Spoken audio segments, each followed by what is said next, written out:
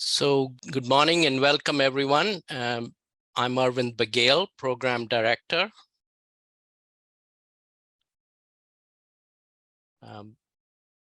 Program Director at Toronto Centre. Welcome to this webinar about innovation in financial supervision. Since its establishment in 1998, the Toronto Centre has focused on providing high-quality capacity building programs for financial sector supervisors. We have trained more than 18,000 supervisors from 190 jurisdictions. We remain committed to increasing the capacity of financial supervisors and regulators to enable change in their agencies and to build more stable, inclusive financial systems. Financial supervision has been about managing and mitigating the risk of financial innovation at financial institutions, ensuring financial stability, and safeguarding the interest of investors, depositors, and policyholders. While this remains the primary mandate of financial service regulators, it's becoming increasingly clear that regulators themselves must innovate, considering the changed financial landscape that we find ourselves in. Some would argue that there is a need to transform the financial supervision regime as it exists. In fact, the pandemic has forced regulators to innovate. Virtual meetings, remote working, cloud computing, and enhanced analytics are now in the lexicon of most, if not all, financial service regulators. As supervisors, you have to manage the rapid expansion and surge of technology. The train of progress is moving fast, and while you must safeguard against abuses, you also don't want to be an obstacle to progress. FinTech, RegTech, SupTech, Big Tech, Big Data, and privacy, and AI, machine learning all go hand in hand. They also bring to mind activities or entities outside the regulatory parameter or subject to unclear supervisory responsibilities. These are important challenges for supervisors and national authorities. They require a risk-based approach to supervision.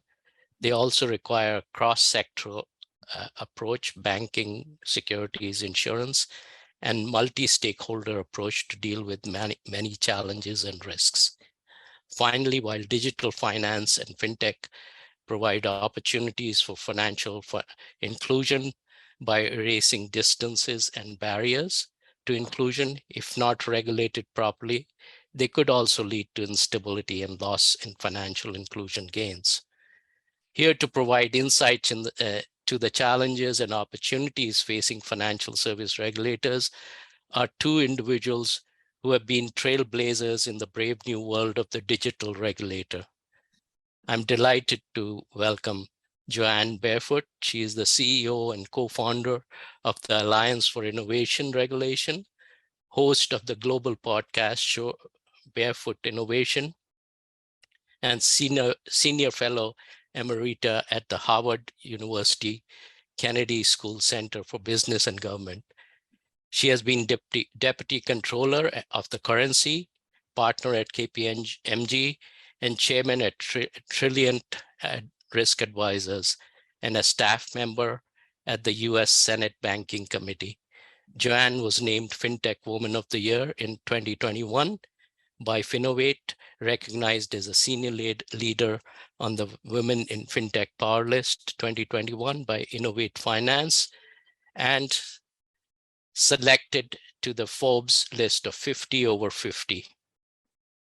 In the prior year, she was inducted into the FinTech Hall of Fame by CB Insight in 2021. AIR was honored in Fast Company's World Changing Ideas Award. Joanne's accolades and achievements are too numerous to list, but her ideas and thought leadership is what we will learn about during this webinar. Also, a warm welcome to Nick. Nick Cook is head of global strategy and partnerships at AIR. Based in London, he was previously the director of UK Financial Conduct Authority, Innovation Division, including the agency's RegTech and Tech sprint initiatives, its data and analytics strategy, machine learning endeavors, and the Innovate program, encompassing the regulatory sandbox, innovation, and digital policy and industry-facing direct support services.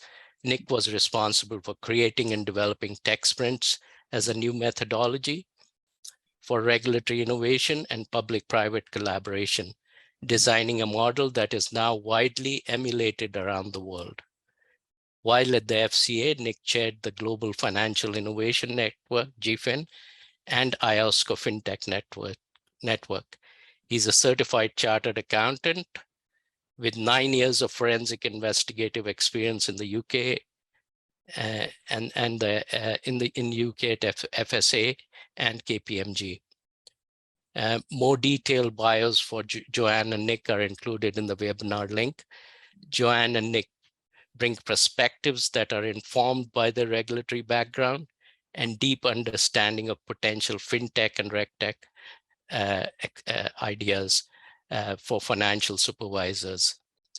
Joanne and Nick, welcome to this Toronto Centre webinar. I'm going to start off with a number of questions I have for Joanne and Nick, and encourage the audience to send in their questions in the Q&A link. Joanne, welcome. I'd like to start with sharing a bit of, asking you to share a bit about AIR. We are in a virtual room full of financial service regulators, possibly AIR's target audience. Can you share with us an overview of AIR's mission and vision, and why should it be relevant to financial service regulators? Thank you so much, Arvind, and it's a pleasure and honor to be here. I'm such an admirer of the Center's work, so we really appreciate you having us today. And you're right, this is our target audience, our favorite people, our financial regulators. AIR is a nonprofit organization based in the United States, but global in scope. We were founded in 2019, so 3 years old, by myself and David Eric. And our mission is to help the financial regulatory sector modernize for the digital age, to help assure that we have a fair and resilient financial system. We are great believers that regulators are the key to getting things right in the midst of this incredible technology set of revolutions that we're all living through. And we like to say that financial regulation is an invisible force in everyone's life. People may not be thinking about it, but financial regulation is helping make sure that the economy is stable, that opportunities are there for credit or for business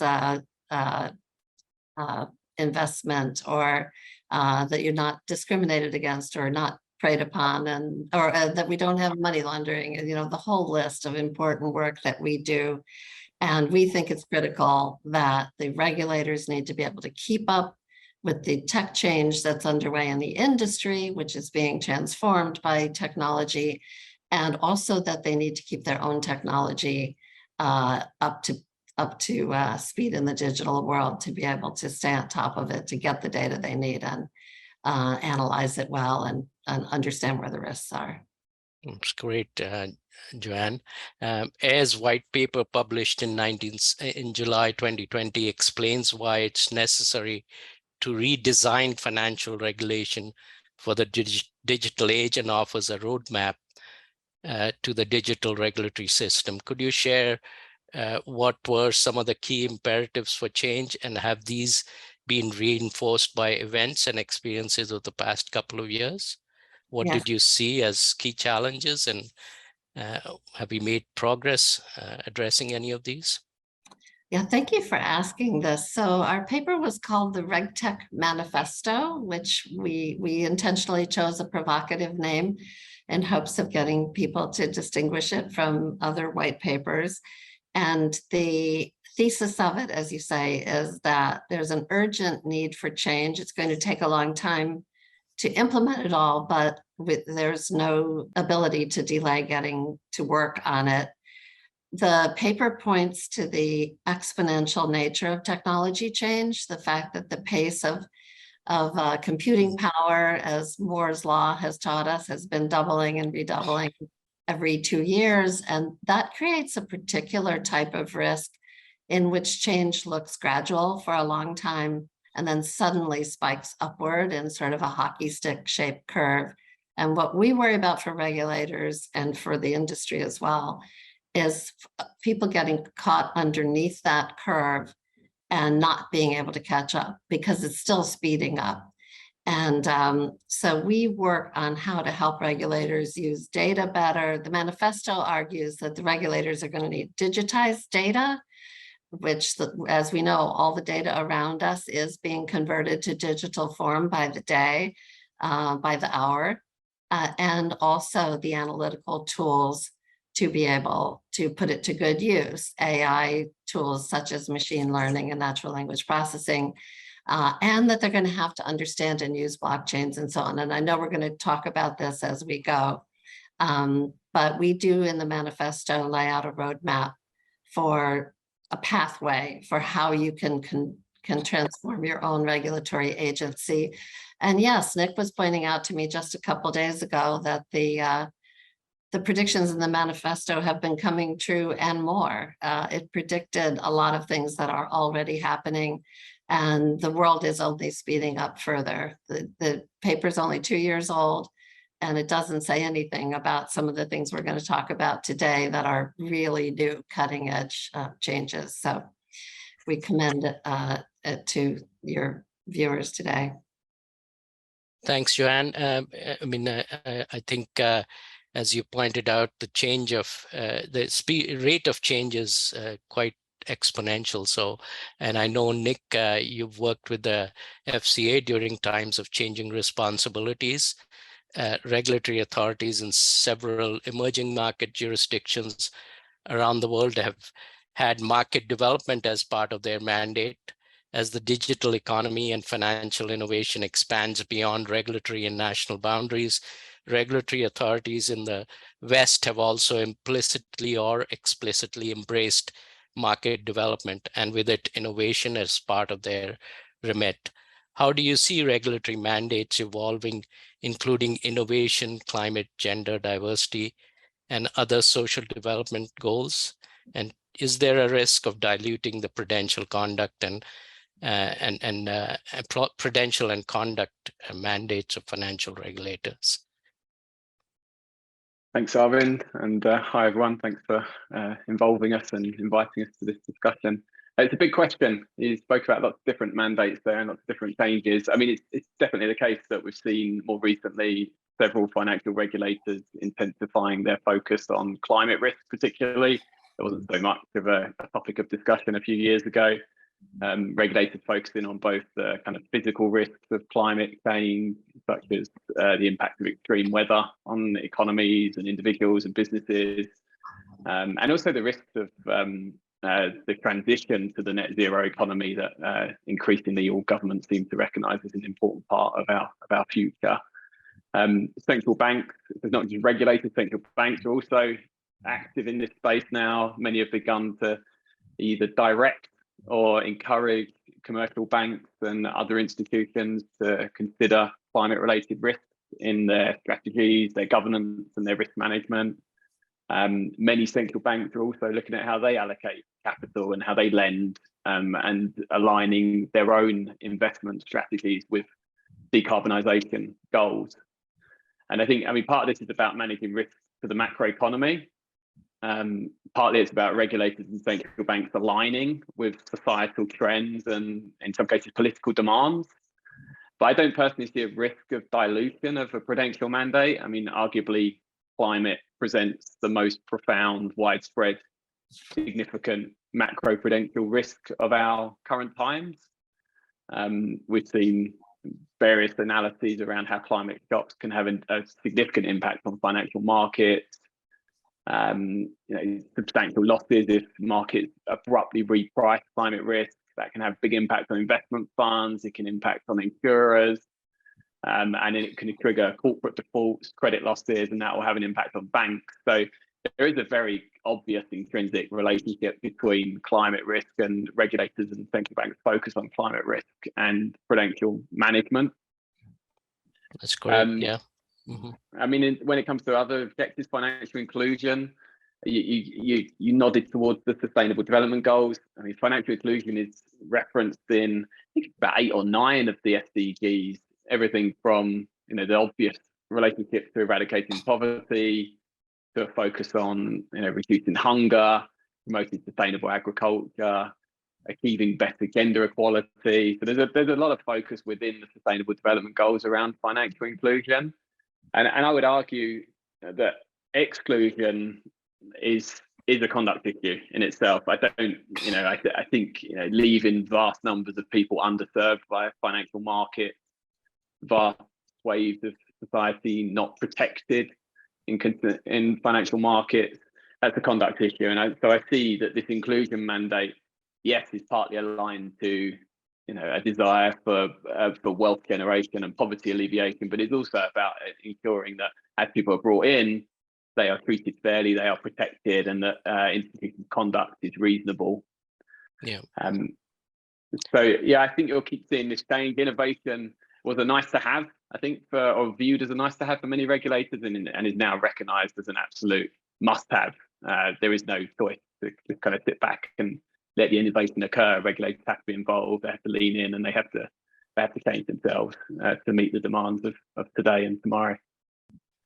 Thanks, Nick. Yeah, I'm glad to hear that you don't think regulators' mandates are being diluted, but clearly they are challenged, and the future of financial services, by extension of financial supervision, is inextricably linked to technologically enabled innovation. What role do you see for financial regulators in influencing the responsible use of technology? So I have a personal position around the technology neutrality position of many regulators. I personally find that a very flawed position. I think vendor neutrality is desirable and appropriate, but I think technology neutrality is suboptimal in our current environment. Our markets, our societies, the way in which outcomes and value are delivered in financial markets is enormously influenced by the technologies that are used and the way in which those technologies are brought to bear within institutions. And my concern is that this position of technology neutrality can lead to some ignorance, but it can also create uncertainty for market participants, which can stifle desirable innovation and change as well. So I would prefer to see regulators adopting a more curious, inquisitive position, exploring the genuine and nuanced risks and opportunities of new technologies and solutions. I think to do that, regulators perhaps have to recognise that today's approaches and yesterday's technology have contributed to some of the market failures that we see. Regulation is a response to market failure. And I would argue that, you know, massive exclusion of certain populations is a market failure. And that has been precipitated by expensive technologies, labour-intensive processes, and various other aspects of the financial system. So I think I'd like to see regulators that are curious, but also recognise that today's status quo isn't good enough. And recognising that technology that was developed for the last decade or before is in most cases not likely to be fit for purpose in for a risk-focused regulator. If a regulator is genuinely risk-focused, there is a lot of risk being carried in old technologies. So I think regulators should be kind of leaning out to understand and explore these new technologies. I think they will best accelerate their knowledge of technologies by experiencing them and using them directly. So we'll talk a bit more about that today. And I think in order to do that, regulators will also have to broaden the community that they engage with, the sources of kind of human and intellectual capital that they work with, and the places from whom and the individuals from whom they can learn need to be grown out. So I think it does sort of encourage or require a more public-private collaborative learning process for regulators as well. I think finally, I'd just like to, in terms of shaping technology change, I think it's going to be increasingly important that regulators share their own learnings with one another more widely and more freely and more frequently. We all know that regulators have finite capital, both money and people and time.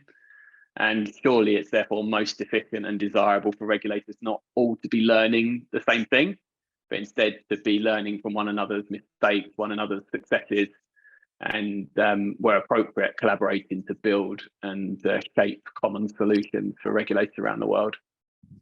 That's great. Thank you. So there's a quick question here, Joanne and Nick, you could direct this question. What is the name of AIR's white paper published in July 2020? I guess it's called the roadmap, or it's called the RegTech Manifesto. Manifesto, right? Yeah. Thank you. And it's on the website, right? Yes. AIR's website. And we also have a series of papers that I researched when I was at Harvard University that is an even longer treatment of the same issue. So those two together. Our website is regulationinnovation.org. Great. Nick, here's a question from Yasmin. What do you mean by gender neutrality is desirable as opposed to technological neutrality? That was poor pronunciation on my part. I said vendor, as in the provider, company neutrality. So regulators shouldn't be saying we like this technology provided by this company. Okay. But what they should be saying, what they should be increasingly saying is this technology. So I don't know, a complete perfect math system in an AML solution is not appropriate anymore. We want you to use fuzzy math, or we want you to use phonetic math. But we're not going to tell you whether that comes from IBM or Microsoft or a small RegTech. But vendor neutrality, not gender neutrality. Okay, good. Thank you for that clarification. So I guess, Joanne, you have talked about the role of big tech in some of your podcasts. The invisible hand of big tech is becoming omnipresent. Increasingly, financial services are moving to the cloud platform. Machine learning and AI services offered by cloud providers are being used by more traditional and fintech companies. How should financial supervisors engage with big tech to promote the financial stability mandates? Well, first, financial services regulators are going to be engaging with big tech in a whole wide range of ways, and they're all going to increase as these companies are offering financial services, as we grapple with data and privacy issues and many other ways. But in terms of the cloud issue, I'll pick up on what Nick was saying about the problem with a tech neutrality position on the parts of regulators. And perhaps this will be controversial with the audience, but we think that everyone has to move into the cloud. Cloud computing is a stronger, better way to handle technology than traditional on-premises computing is for most situations. And why is that? Even though it intuitively may seem insecure to be in the cloud, the reality is these systems, if they're properly done, are more secure than traditional systems.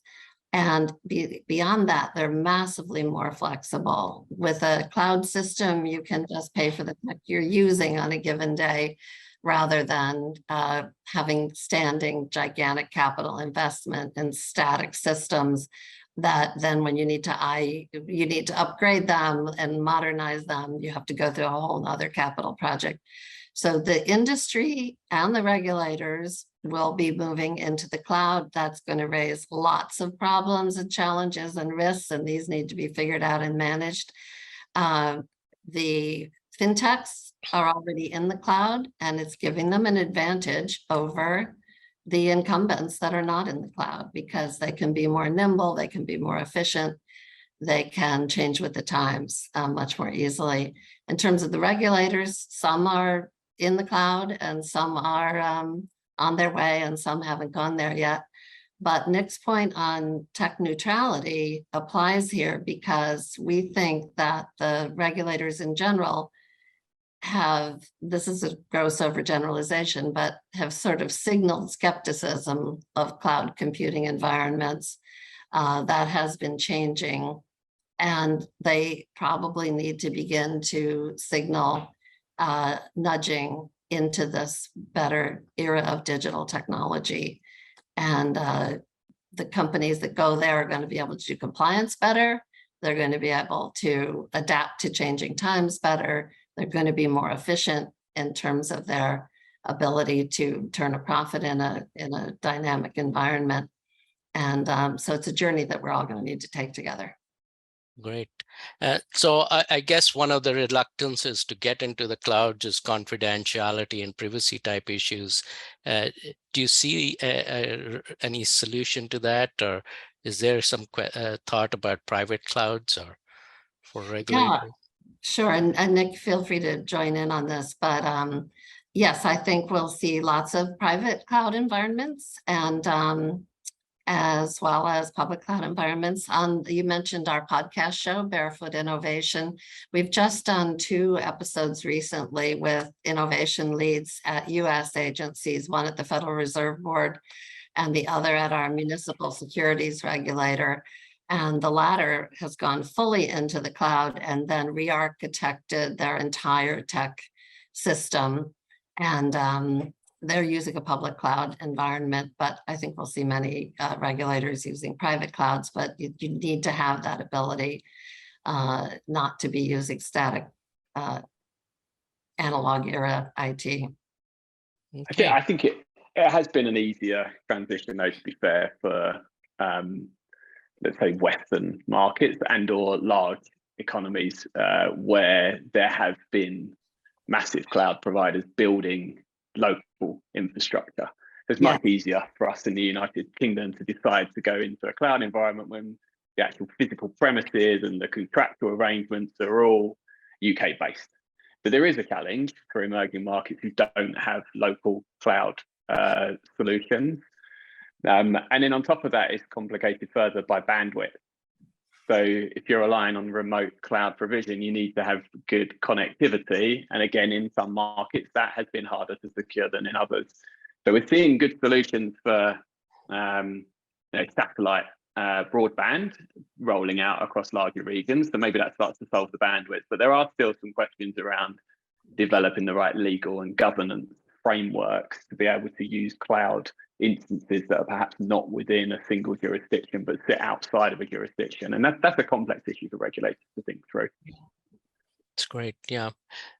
So obviously there are some challenges that regulators face, and as you've mentioned, what are some of the preconditions for being able to transform financial supervision? And I'm going to direct a question to Joanne and then to Nick. Joanne, can you discuss some of the preconditions and what needs to change in the traditional mindset of financial service regulators? What are some of their cherished beliefs of regulators that need to change? So I'll start by saying we never criticize regulators. We love regulators and they have the hardest job in all of this. They're not like a private company that can move fast and break things, right? Regulators need to get things right. So when we talk about changing mindsets, it's not intended as a criticism, but at the same time, we think a lot of change is needed. And remember, the technology exists to do what needs to be done. It may not be in the hands of regulators yet in the form of supervisory tech, but once we commit to making the changes that are needed to get more data and to analyze it better, the tech solutions are not the problem. The problems are the cultural and experience issues of the regulators. I think a few of the mindset issues, one is sort of the bias that what we're used to seeing is the safest choice. Nick is quite an expert on logical fallacies and puts these in more scientific categories than I do. But that confirmation bias, I guess, it is that, what I'm familiar with is safe, is simply not the case in a lot of this work. And in fact, the important thing that's happened here is the world is moving from the analog age in which we do things that have evolved from the days when we were putting everything on paper to now the digital age where information is starting as a 0 or a 1, a digitized information item. And as you do that, the new generation tools are better. It's like new generation telephones are better than old telephones. New generation digital cameras can do things that you couldn't do with your analog camera. And regulators are comfortable seeing what they've seen before for good reason. A lot of the new things are not yet tested and vetted, and they will need to be. But being forward thinking and ready to embrace digital solutions, I think might be the biggest issue. And then going with that, I think there's tremendous need for education. We actually have an education offering for regulators, our Elevate program, to just sort of teach Tech 101, which most regulators need. And then maybe the last thing I'll mention, and I know this one regulators hate, is as we make this shift, regulators are going to have to be willing to allow some safe harbors, because these new tools are going to find problems that the old ones didn't. They're going to find money laundering that the bank never found with its old tools. They're going to find credit discrimination that you couldn't find with your old tools. And the industry will be reluctant to adopt and embrace better tools if they think the regulator may punish them for their past sins. And I think we need to think hard about this. We didn't punish doctors for not using penicillin before it was in. And we're going to have that kind of thinking about the change. So those are a few mindset issues that I think are challenging. That's great. Thank you. So before I go to Nick to his question, there's a question in the chat from Calvin. Do you see financial regulators and supervisors embracing more virtual ways of doing regulation and supervision as a result of all the adjustments forced by COVID? Would you want to answer that, Joanne? Absolutely. COVID Yeah. speeded up technology in so many ways, right? And every regulator that I know will tell you that they made lots of changes in COVID, and one of them is going to more remote and virtual reporting and supervision and oversight. That's great. Thank you. So Nick, going to you on the issue of preconditions, relevant skills are possibly an issue. What key skill gaps for regulators and supervisors you see, or key skills required to be a successful financial regulator in today's world of tech-enabled services? So I mean, there's some well discussed and well known technical skills around greater comfort with programming and coding, software engineering, sort of data science, and machine learning. But we must also remember that those individuals and capabilities need other skills and investments in things like data engineering, data management, data architecture. It's not just about investing in those that analyze and deliver meaning from data. It's also about making sure the back end infrastructure and architecture is appropriate. But also importantly, I think, is developing skills to then leverage that data and that insight. There's one thing to create really high quality analysis of an issue by leveraging more complex, more varied, more timely data assets. It's quite another thing to then act on that. So regulators also need to invest in the kind of skill of interpretation and build up skills and confidence to rely on data-driven insight to take action. So that's a completely different kind of internal cultural piece that needs to be worked on. Also, as Joanne articulated, there aren't necessarily solutions out of the box that are ready for regulators to use for all of their needs. So there is a period of kind of innovation, prototyping, iteration that needs to occur. And that requires some different skills as well. So skills around kind of facilitation, skills around agile methodologies, and then also this mindset of being willing to kind of embrace learning through experimentation and failure. And again, that's a kind of a different kind of cultural mindset within an organization.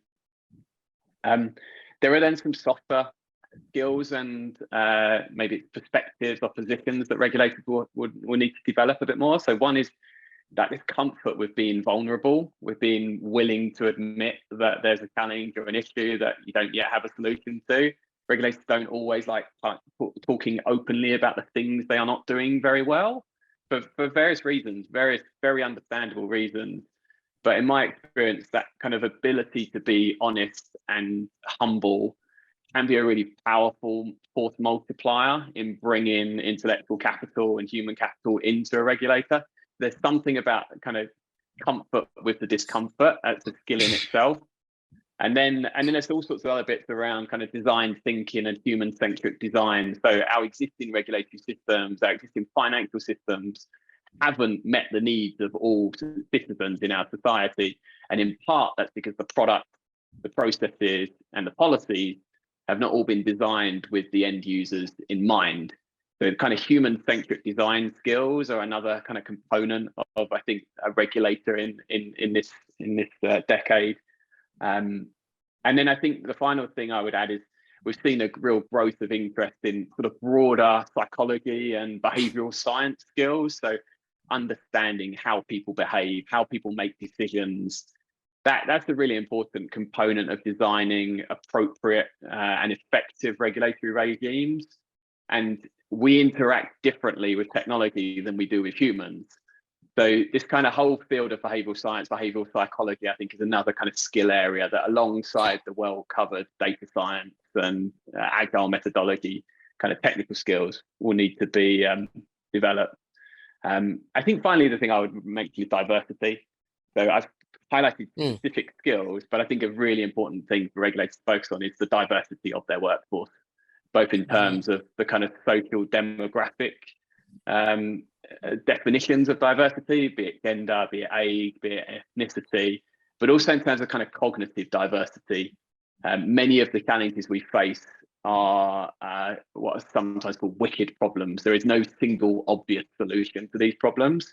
And evidence shows that teams with access to different ways of thinking and individuals with different ways of being are far more successful in both conceiving of solutions and then delivering them efficiently. So I think there's something about kind of hard and soft skills, but there's also this piece around just generally what is the organizational diversity of the regulator. Irvin, could I just jump in on that for a moment? One of the things that Nick did, so AIR was thrilled when Nick joined us a year ago. It's just been transformative for us. And as many of you know, he not only led innovation at the FCA, but he led a lot of the important tools that the FCA created. And one of them was the regulatory tech sprint. And AIR now puts on regulatory tech sprints. We just did one with the Reserve Bank of India, one with the US State Department on corruption, and lots of different topics. The genius of the tech sprint is that it does what Nick just said. It brings a diversity of skills to solving a difficult problem so that you're putting together regulatory experts and software engineers at the same time, working on the same problem side by side. And you get results that neither group alone could have come up with. And we just think this is one of the keys. The more we see high collaboration across agencies, with the tech sector, with industry and government appropriately working together, this is what's going to accelerate progress. Oh, this is great. And I really like how both of you have put together the technical, the behavioral, and the diversity issue. It all hangs together, and it's so critical that we as regulators recognize that there is that need for diverse thinking and different ideas to actually deal with the challenges that we face. So that's excellent. And of course, financial service models are evolving and changing. We're hearing about open banking and adoption of cryptocurrencies are set to transform banking and bank business models. The blockchain and smart contracts are transforming insurance business. So my question to each of you is, what in your view are the top 3 transformative techno developments for financial services, and what are the implications for financial service regulators? So I'll start with Joanne first. Yeah. Top 3. Yep. The big sweep of it is that the change has been exploding because on the one hand, we are digitizing data. So that would be, the underlying fuel for this. And then that in turn has made it practical to use new technologies like artificial intelligence and machine learning and natural language processing. Those two, either one of those without the other doesn't get you anywhere.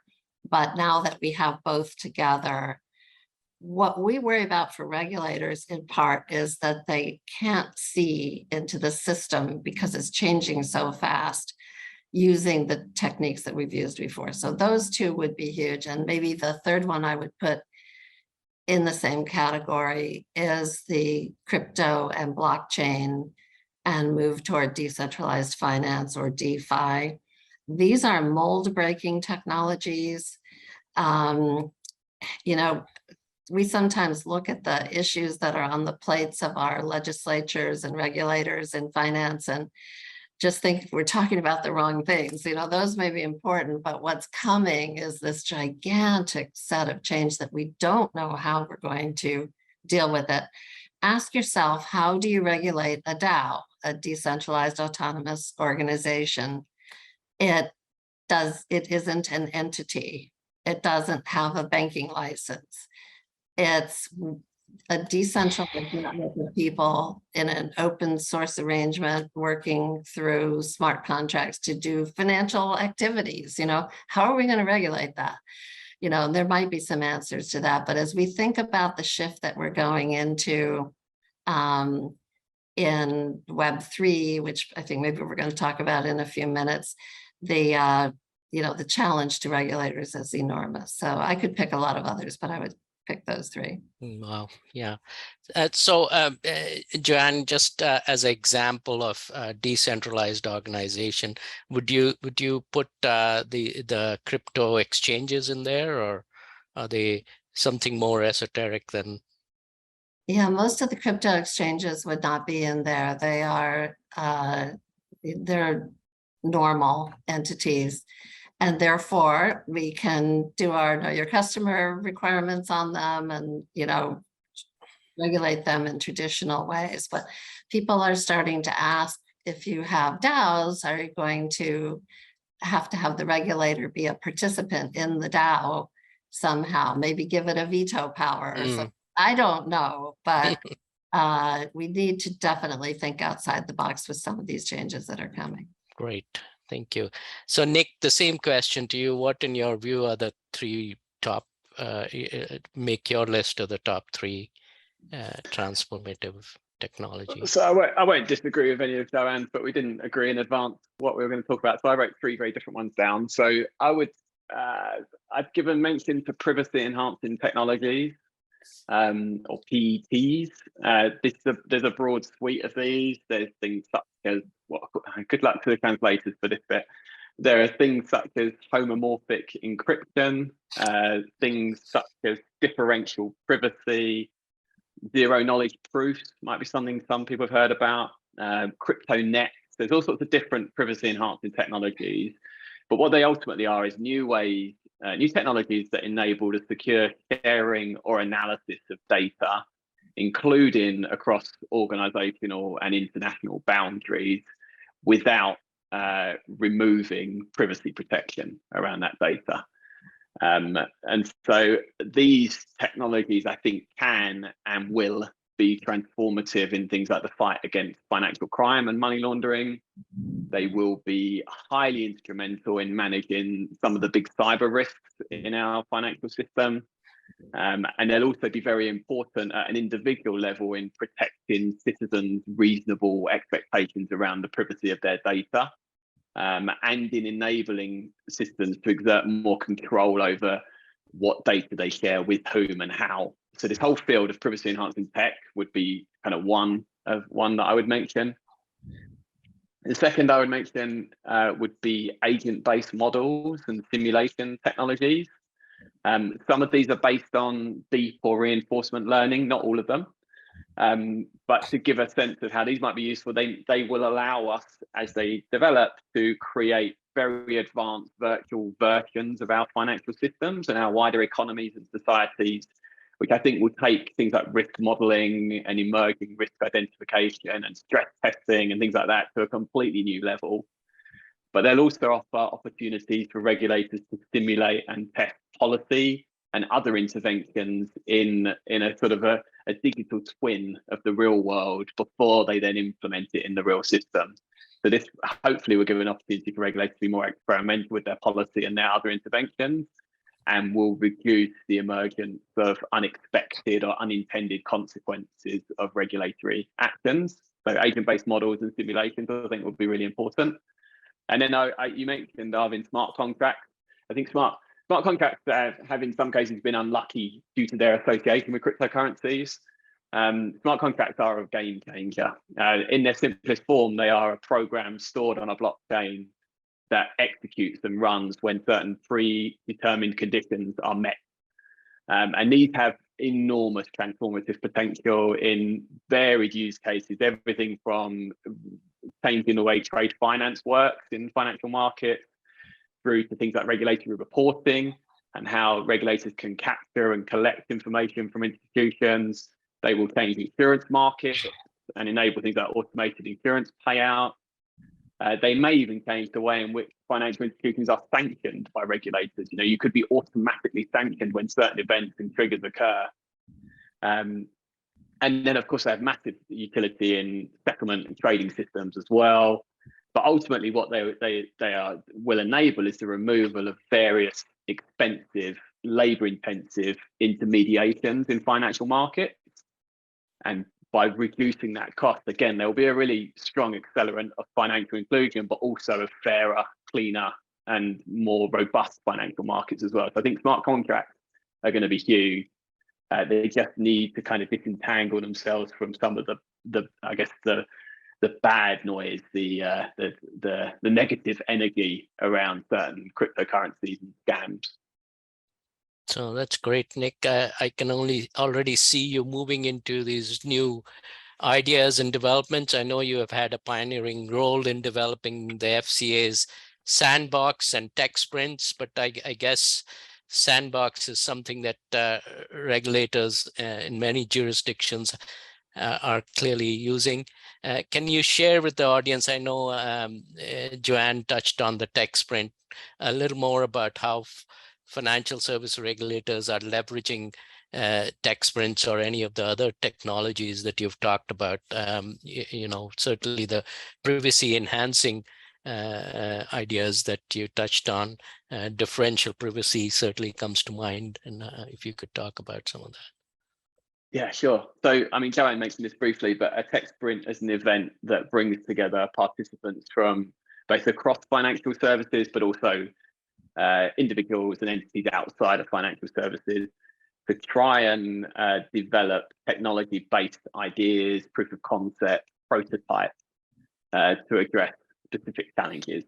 Now, some of those tech sprints address market challenges, so specific needs of regulated institutions around KYC or financial crime monitoring, or enabling access through things like digital identity. So some of them are focused more in the kind of fintech side of the market, looking at how to solve industry issues.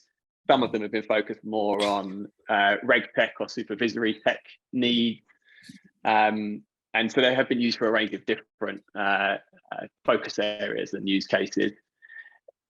Again, at their core, they leverage diverse and broad public-private intellectual capital. And so they're fabulously useful for regulators to draw on sources of know-how, expertise, and skills that they may not have within the institution. But they can also be really powerful in establishing relationships and connections within an innovation ecosystem. So relationships between maybe large incumbents and smaller tech startups. Maybe it's relationships between academia and regulators. They can be very kind of effective in developing those relationships. Some, as I say, have focused on such tech. So some are focused on like reg reporting or crypto surveillance.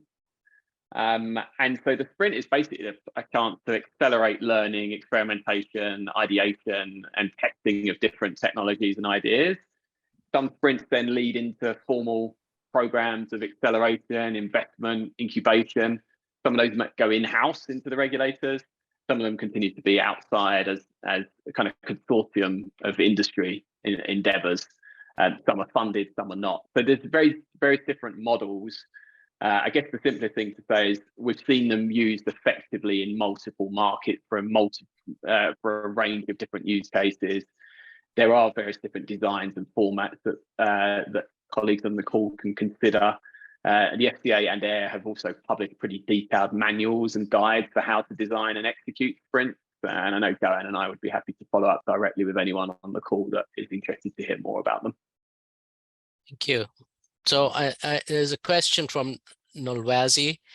With the world becoming more digital at an exponential rate and data becoming the new gold, how do we hold true to our morals and not start seeing people as numbers to monetize, but people whose right is privacy and transparency on how their data is being used? Basically, how do we ensure privacy by design without the regulator needing to be overbearing in enforcement? How can jurisdictions build privacy cultures? Maybe you might have a thought on that, Nick. This is a big question. Yeah. I mean, being entirely blunt, some issues do require some enforcement activity to nudge and shape behaviour.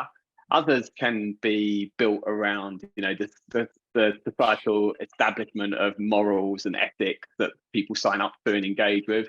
Some market practice can be influenced, frankly, by consumers' actions. So their choice to transact or not to transact with certain market participants can influence those that win and those that lose in the medium and long run. I think the other piece here, though, is to make there is a place and there is a need for consumer education around these risks. Now, some regulators have a mandate to do that directly with consumers, others don't. But in those markets where they don't, they do need to be thinking about from whom consumers are learning, from whom consumers are gaining information about how to protect themselves. But I think there will also there is an establishing recognition of the need to kind of shift the dynamic between who holds and contains and controls data, which at the moment, bluntly, in our sort of Web 2 world, is largely controlled by governments and commercial institutions. One of the promises, and maybe this is spin, but one of the promises of Web3 is that you can decentralize ownership of data in a more profound way, and you can start to allow consumers to actually protect and manage their data and their privacy more carefully and more thoughtfully. So I think it's a combination of things in response to Noel. I think maybe there is a space for some enforcement. Education, I think, is key. Setting standards for the industry to abide by ahead of enforcement. And then I think some of the technology innovations that we're seeing, privacy enhancing tech, for instance, will play an important role in enabling consumers to protect themselves and manage their own privacy. Could I just add very briefly that on this, the claim from the Web3 world is that they can solve the privacy problem by decentralizing control and using blockchain technology to enable us to protect our information, and also to create a new economic model so that we won't have the Web 2 problem in which our data is being monetized, and that's paying for the whole thing. And I think it's worth pondering in a group of regulators like this, that if Web3 is as big as people suggest it may be, it's going to be the financial regulators in the forefront shaping what this environment will be like. That was not the case with Web 2. It was happening, and then the financial world adopted the things that came out of the World Wide Web.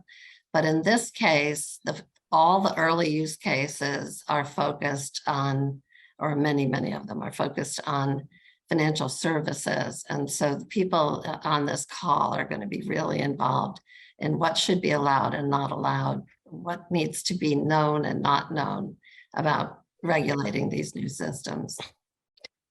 Joanne, I'm always amazed by your insight of the tech world and in awe of your knowledge of some of the things that are happening out there.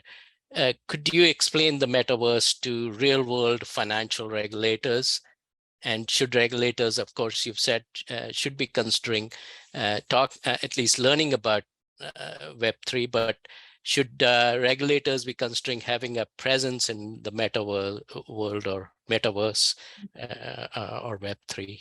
So, well, you're nice to say that you appreciate my knowledge. I don't pretend to be an expert deeply in any of these technologies, but we do think all the time about what they may mean. And the metaverse basically is emerging as an alternative world, place, whatever word we want to use, that is leveraging virtual reality, VR, augmented reality, and mixed reality. And people will increasingly spend time there doing things that we normally do in the real world. The leading use case by far has been gaming scenarios. And it is so real that commerce is now underway in some of these gaming environments, and real world companies are providing real world services with real money inside these gaming environments. And that means, yes, I think they will increasingly need to be regulated. And some of the big banks already have bank branches. So if you go play a game where you're running around in the metaverse doing whatever it is that you want to do in your game, and you need some money to buy something to do your game, you might go into the bank branch and take money out of your account. And so there's a blurring between the real and the unreal here. This is going to have huge societal implications. That's beyond our scope maybe to talk about today. But it's not just gaming. It's also going to be bringing these same techniques to transforming how many activities are done, including conferencing and communication and the way people meet. And that in turn is going to change where people live and how they travel and so on. Massive changes coming. And again, I think increasingly a blurring of the line between what we think of as finance and financial regulation versus the rest of the world. Another piece of this is embedded finance too, is going to make it harder for financial regulators to reach into other activities and regulate the piece of them that are financial. So big challenges. Great, thank you. I'm not sure I understand all of the implications here, but certainly a lot of happening in this metaverse, which should pique the interest of regulators. My ex-colleague Calvin is always insightful on these ideas, and his question is, what impact do you think the development of quantum computing may have on financial regulation and supervision? I'm sure you both of you have had some thoughts and ideas on that. So I'm going to go first in that I think you're starting to stretch the non-technologist views on these matters. But what I would say is, I guess the two main issues that get flagged a lot around quantum are its potential to compromise or override existing encryption and security protocols. The quantum is very good at undertaking tasks that basically require brute force. And there are various security systems that can be breached by brute force. Just, millions, billions of attempts at finding a password, for instance. So there is a threat to the underlying security infrastructure of financial markets that quantum poses. There are then also opportunities around how there are also kind of potential for quantum to have a massive impact on things like high frequency trading and the way in which trading strategies and trading businesses operate. But then also quantum potentially offers some opportunities around solving really complex things like optimization problems. So regulators are often optimizing between prudential risk management, conduct risk management, climate risk management, et cetera, et cetera, et cetera. And things like optimization problems are also well suited to quantum computing techniques. So there may be ways in which regulators can better hone and develop their regulatory infrastructure, systems, policies, processes, leveraging quantum. Beyond that, I'm going to hand it back to Joanne if he can give you a more informed view of quantum computing. Not a bit. That was great. I Yeah. agree with Nick. Thank you. No, certainly, the power of quantum computing is going to be the key factor here, as you pointed out, Nick. So that's great. I see a question, Arvind, about Web 2, Web 3. Is it worth us taking that one? Yeah, please go ahead. So Web 1 was the initial World Wide Web, which was broadly a consumption-based web experience. So you could go to a read-only website and you could consume content, a bit like going to a library and opening a book. Web 2 was the development of a kind of commercial and social web, where we as users didn't just consume read-only information, but we also were able to promote and publish content, create our pages, create social network profiles, set up businesses. And so it led to the growth of kind of the e-commerce and the social media revolutions that we're now very familiar with. But what it also did in Web 2 was centralize content and data in the hands of large big tech institutions. So I create content for Instagram, for instance. I gain nothing from doing that. Instagram gains from that by monetizing my content with advertising. So I'm effectively producing data and material for a large commercial institution, and I consume a free web service for doing that, a free product for doing that. Web 3 is refers to what's sometimes called the decentralized internet, one owned and controlled more by its users and its builders and its content creators than it is controlled by governments and corporations. So the dream is that effectively, if I was a music producer, or I was taking photos of my family or whatever it may be, but as I'm adding content on, I retain more ownership and rights over those. And the infrastructure that implements the Web3 experience is a much more decentralized one, leveraging the processing of my smartphone, your PC, rather than leveraging massive centralized servers at, say, WhatsApp, Instagram, Facebook, Google. There's a very different type of web. Sometimes Web 2 was sometimes referred to as the social web. Web 3 is sometimes referred to as the decentralized web. That's great. Can I add something really quickly to that? Please. When we think about the potential of Web3 and of decentralized finance, DeFi, I would urge people to, if you missed it, look at the Economist article on DeFi from about a year ago. It had an example that I find is really helpful in thinking about it, which is, let's imagine the situation of a fashion model who today will have her picture taken and the photographer owns the picture. And should she become a supermodel later or whatever, and the picture's more valuable, it's not hers. Potentially, we're going to a system in which content creators and people who are originating valuable content might be able to own an NFT, a non-fungible token, or some kind of a token that would give them an ownership stake in what they create as it moves on. And because of the incredible computing power and low cost and versatility of these systems, you could have a system in which we actually change the the economic models through which we are rewarded and gather income and wealth. And again, very thought-provoking, I think. Excellent. So I guess I will ask one more question and then try and cover a lot of the risk-related questions that we have had on our chat. So the decline in cryptocurrencies recently has been in the news, and so have been the discussions of the role of financial regulators. How should these be regulated, and who should be regulating these?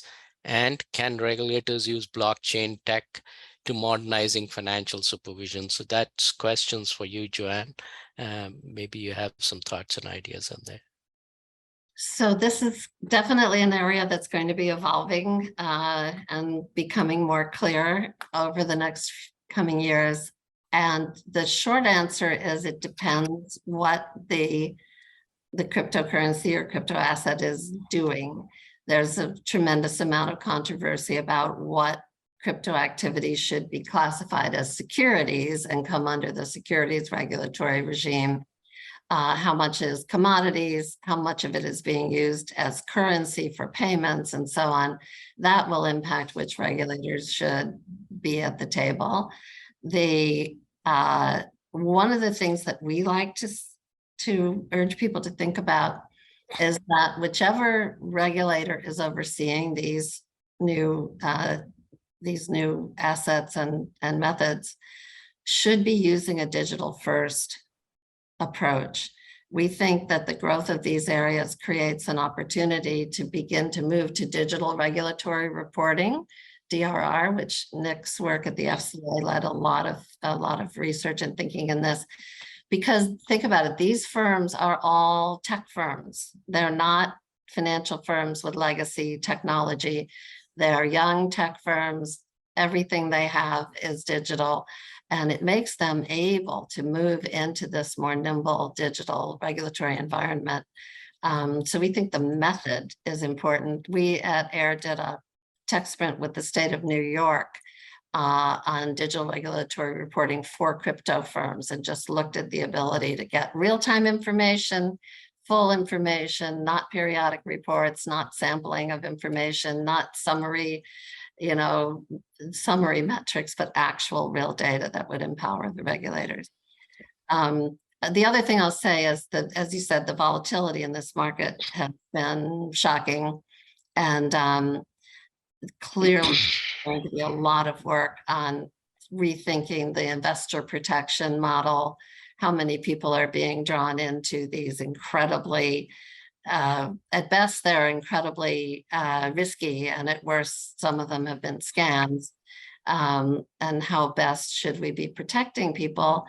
But at the same time, there is a big movement of financial inclusion advocates saying, don't equate solving that problem with keeping average people out of these markets where there is a potential for good investments and wealth building.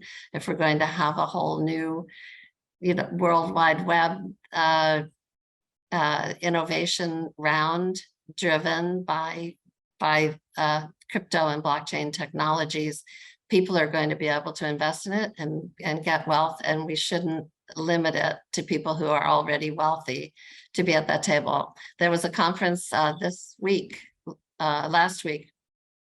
in Washington, D.C. By the Black Blockchain Summit. And among other things, they sold T-shirts saying Satoshi is Black. And there's a lot of interest in democratizing access whilst not allowing people to be victimized. So very complicated again. Thank you. That's a whole topic for discussion for a whole new webinar, I would think, but that's very useful. And clearly, as regulators try to get into digital regulatory reporting, they would need to have AI and ML kind of expertise to be able to deal with the real time kind of. Exactly. Great. So, no, discussion with regulators can be concluded without talking about risk and risk mitigation. So while this webinar has been about financial service, been about innovation, we would be amiss if we didn't talk about risk and risk mitigation. In each of you, can each of you address the two or three top risks associated with supervisory tech solutions, and can regulators mitigate those risks? So I'll start with Nick. What do you think are the two or three top risks that regulators need to be wary of? So I think one that's pretty well covered when it comes to any data science or analytics program is around bias and around the potential for the analytics output to be influenced by subjective inputs, really. So one needs to understand like how representative the data is that's feeding the model. And what I would add is what one shouldn't, though, consider is that humans can be incredibly biased too. And so I think there needs to be, an informed and grown-up discussion about, is the algorithm delivering outcomes that are discriminatory? Is it pointing us towards issues because of certain characteristics? Are there certain parameters in the model that are having a disproportionate impact on the model's output? So there needs to be that consideration of how data quality, integrity, variety impacts the bias of the model. But we also need to make sure we compare that bias to an appropriate base. And the appropriate base is not to assume that a technology, the existing process, is free from bias. It absolutely won't be. It will have bias as well. So we need to kind of make the judgments appropriately. I think there's also, there are some really human risks around such tech. I spoke about one of them earlier, which is frankly the risk of it not being used. So the risk that it does not get adopted, it does not replace existing processes in an organization, it sits alongside and doesn't actually drive an efficiency gain within the institution. It doesn't deliver greater effectiveness. And maybe that's because of a lack of trust in the system, a lack of understanding, a lack of awareness as to how to utilize it. But it can also come from other fears, other issues, labor displacement, the fear of the machine taking over my job, for instance, can create environments that are highly resistant to such tech being deployed. I think there's a need to kind of build understanding around how these tools and solutions can help colleagues deliver on the mission that they care about within a regulatory or central bank agency, and helping people understand that this isn't about just replacing high value human thought. This is about reducing low value repeat tasks and driving greater consistency and quality in what we're trying to perform. So I think there's a human risk of non-implementation or resistance. And then I guess the other big one that kind of links into bias would be around kind of privacy and appropriate utilization of data. So just because we can access data and we can use it doesn't necessarily mean we should. And increasingly regulators will look towards data sources that are less familiar to them. Data, maybe it's public data from social media platforms.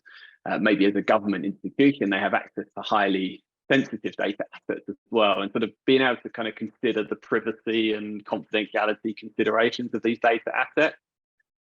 Just because you can find useful insights doesn't mean that it's appropriate, legal, or morally just to leverage the data in that way. We came across that challenge when we did things like web scraping at the FCA, starting to scrape massive content from the public web. And so we had to seek legal advice on whether that was an appropriate thing for a regulatory agency to do it. And broadly it was, because it was much like mystery shopping or some other activity that we could undertake. But I think thinking through those kind of legal and privacy risks is an important part of such tech development. Great, thank you. So Joanne, a quick list from you and summary. So I would turn over Yeah. to you. I will, I agree with Nick's list, so I'll add one refinement, maybe, which is a specific risk, is model risk management, MRM. We're actually working on a paper on this, and you can get the model right, try to get it right the first time, but continuing to keep it right, that the data is accurate, that the people who are using it correctly, is an incredibly challenging thing that feeds into all these same risks on cyber and privacy and bias. And I guess the one that I'll add is risky as all of these are, and they're full of risk and full of problems. There's no doubt about it. We think that maybe the biggest risk of all is not changing. Yeah, the risk of inertia. Inertia. Nick became famous in our world long before we brought him on board with AIR for being at a meeting with regulators, Nick. And I remember you saying that at the FCA, you all had realized that if you held still and took time to figure out, if you took 2 years to figure out what you should do, or waited for what to do would become clear, you would be accelerating backwards. And that if you took 2 years, you'd end up 10 years behind, and it still wouldn't be clear what to do. Back to what he said a little bit ago, that you have to get comfortable with uncertainty and move forward, because in that delta between the exponential pace of tech change and the linear pace of our regulatory change, it's filling up with risk every day, that we're either going to miss risks or we're going to make them worse. We have to move forward. Thank you. That's really very useful to know and understand in conclusion. So I'm going to give both Nick and you another minute each, because we're coming to the end of our session, to have any final words of wisdom that you have to share with us. So I'll start off with Nick. Nick, final minute before we close. Sure. Yeah. So, well, firstly, thanks everyone for joining this session. I guess my final comment would be that as much as the technological changes that we see present the kind of scary scenarios and create uncertainty and concern for many of us, and there are new risks, there are absolutely new risks that we have to get comfortable with, there is also just enormous opportunity for us to develop both financial systems that are fairer, more inclusive, but also that we can develop regulatory strategies, regulatory processes that are far more effective, that allow us as people that care about delivering value to our society, people that care about protecting the consumers that we exist to serve. I think we have a massive opportunity in the years ahead to leverage technology in this kind of fight for good. And we have to get some comfort with the discomfort of learning and trying new things and engaging with new folks and experiencing new things. But I think that the future is very, very bright if we lean towards it and if we head towards it. As Joanne says, if we stand still, it just gets worse. So we have to find ways, and seeing a couple of hundred people on this call is really uplifting, because I think one of the ways we move forward is we move forward together. We learn from each other, we collaborate, we share our deepest fears, we share our big successes. And through doing that, we will progress to a point where we can do the things that we really care about and deliver value in our society. Thank you, Nick. Joanne, final word to you before I close out. Thank you. We regulate finance for stability, consumer protection, financial inclusion, preventing crime and terrorism, and increasingly also for climate change.